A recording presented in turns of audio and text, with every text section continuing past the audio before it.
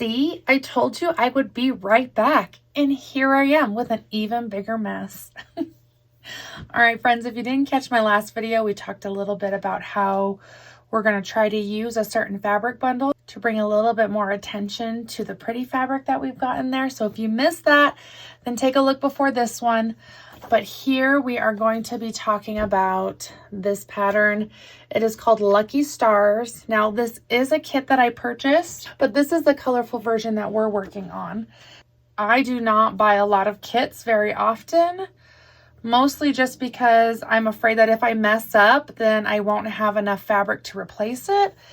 And that makes me like really self-conscious about what I do. And I usually mess up a lot more than I normally would. So it's 100% all in my head. I'm feeling really good about all of this cutting. Lots of pieces. Be ready to have your whole workspace swallowed up by all of these fabrics. But this is using Wild Honey, also by Lella Boutique. Vanessa, she does the fabric line and she does the pattern, and she is a designer for Moda. And I just love every fabric in here. So we're being brave and trying a kit, and I feel like it was worth the risk because it's turning out super cute. I am making a little bit of an adjustment to this quilt, and we will talk about that. But let's jump into this. Let's make this start block. I'll stop talking about it. We're going to be doing these flying geese right here, and this is the 4 at a time method. So to start off, we have our big background square, and we're going to have 4 squares total. We're going to take 2 of them. We're going to put them right sides together diagonally through this block, and these little white squares will overlap. I'm going to grab my ruler and my marker here, and I am going to draw a line corner to corner through that blue square and these white ones so that it gives us a line to work off of. We're going to sew a 1/4 inch to the right of this line and to the left, and then I'll show you what that looks like when I get that far. All right, there are both of those seams on both sides of that line. Now we're going to take our ruler again, line it up with that line that we drew, and cut right down the middle here. We're going to iron these little white triangles up and over, which is going to give us this funny heart shape, and then we will keep adding the rest of our squares. All right, there we have both of those ironed. Be careful when we're ironing these triangles up and over. They really want to warp on you. Just don't let them. Let's take these other 2 white squares that we have for our points. Again, right sides together, lining it right up in that corner. We're going to draw a line through the middle of this white square, and you guessed it, sew a 1/4 inch on both sides of this line. I just like this method a lot because there's not any waste, and I feel like that is always a better option, right? Okay, so let me sew these seams on both of these, and then we will cut again. And there we have both of those pieces with our seams in them. Cut them right on that line. And then when we iron this last triangle up and over, that gives us our flying geese 4 at a time with 0 waste. Let me iron all of these triangles up and over, and then we will talk about trimming these cuties. All right, there are all 4 of our flying geese. Now here's where we get to trim, but it gets a little anxious for me. I like a pattern that will give you a flying geese that you really can trim from all 4 sides. If you know me at all, you know I like extra cushion to trim off because I make a lot of mistakes, and when I can trim extra, it helps me fix those mistakes. And I'm learning that I am a really heavy and aggressive ironer. So when I say, hey, be careful with those triangles, I am trying to tell you, but it's more for this girl. When we trim this flying geese, we are pretty much only having enough extra to trim off the dog ears, and that's about it. So I will tell you that these ones need to be 2 by 3.5, and as they are right now, they're 2 by 3.5. We're still going to follow our same good practice for trimming flying geese. We're going to find that 1/4 inch in our ruler, And we're going to make sure that we have that 1/4 inch seam allowance under where these points meet.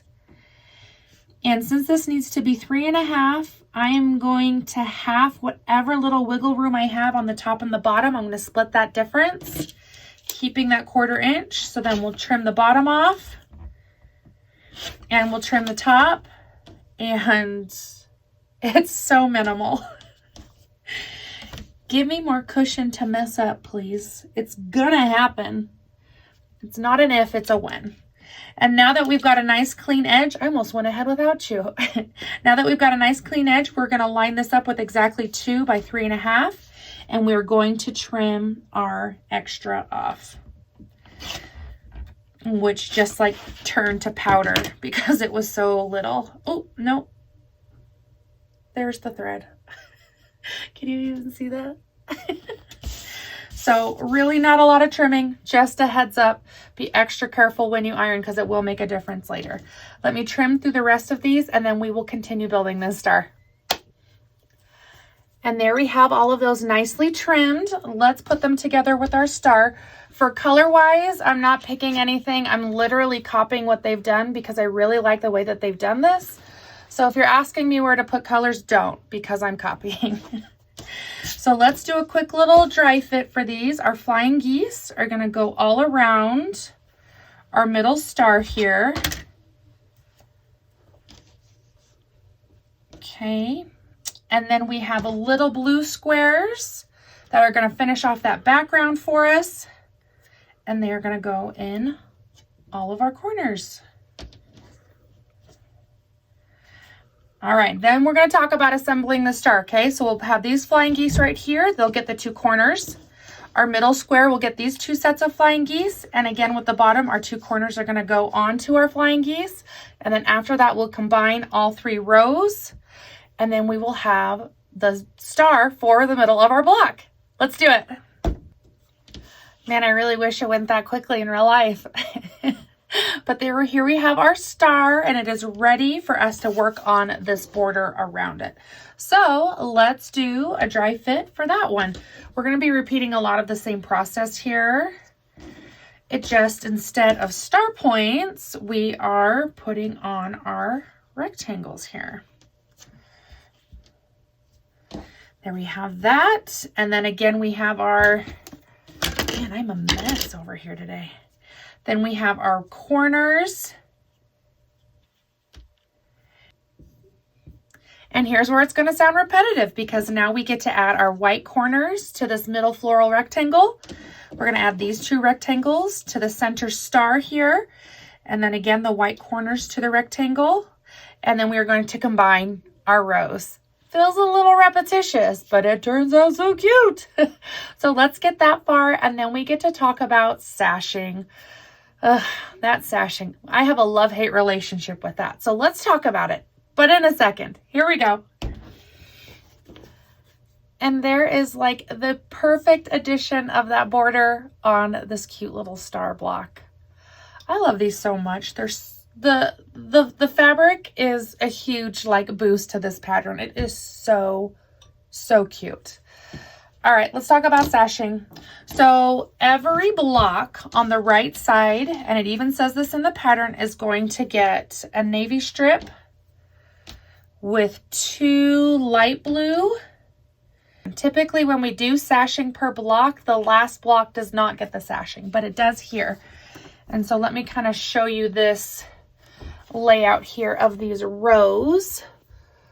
So our starting block had a little bit extra over here, but then every block has that navy in between, except for the last one where it gets the extra big border here, okay? So we're following the pattern there, okay? That I'm not deviating from. But after you put those rows together, it wants you to sew 1 long giant strip down here.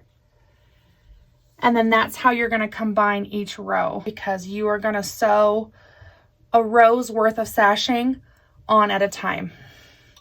I, don't say the H word, really passionately do not enjoy that method. just because I can never get it to line up how I want it to line up. And with that big of a run of a strip, it's really frustrating because if you're at that point, there's not much you can do. So what I have done is I have broken up that long strip per block. So let me space these out so you can see. So this first block did get this extra border here, so this one is longer. But under each block, we are going to have a light blue, a navy, a light blue, and a white.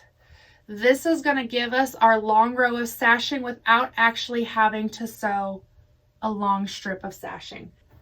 So I have just taken the pattern and the visual, and I can see that at the bottom of this side sashing is a white square.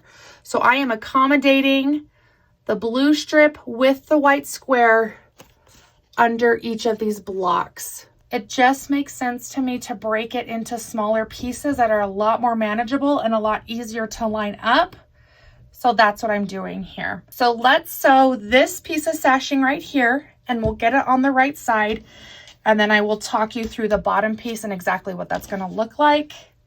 But spoiler alert, it's going to look like that. Let's get this far.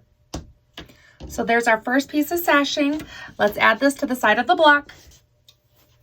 And there's that first piece on.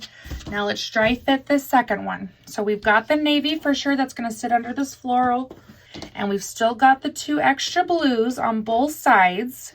But we are just going to be adding that extra white to the corner, giving us a completed row of sashing with each and every block.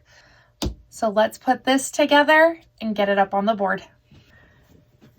And there we have our next block with the sashing it told you to do and the sashing I'm telling you to do.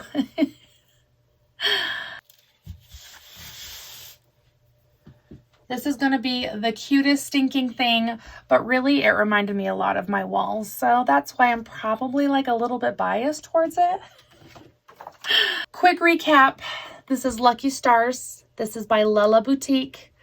She does offer it 2 colorways. I love this one a lot, but I'm really glad we're doing colorful. And this is using her line called Wild Honey, which is sold through Moda. I would love to get Moda. And I am eligible for an account, but it's a lot of money. So that is going to be this year's goal, to be able to get Moda. So hopefully by the end of the year, we can order some Moda. So all of your support goes towards that goal. And I am so grateful for each and every one of you that like keep this like random little dream of mine alive, because I'm so glad that we get to sew together and share cute fabric together. And it's just all good. So thank you for being amazing. Thank you for your orders that you place in the shop. Reminder that there is a reward system now, and I'm keeping track of those manually. So if at any point you're like, hey, how many rewards do I have? Just shoot me an email. When you reach 100 points, then I send you an email asking if you'd like your $10 off coupon, or you can save up to 200 points and cash them in for a $25 off coupon. So most of you are stacking right now, which I do not blame you. $25 is a pretty good cash off. But just so you know, I am keeping track of rewards, and you can check on them at any time. All right, friends, get out of this mess while you can. It's a little scary here.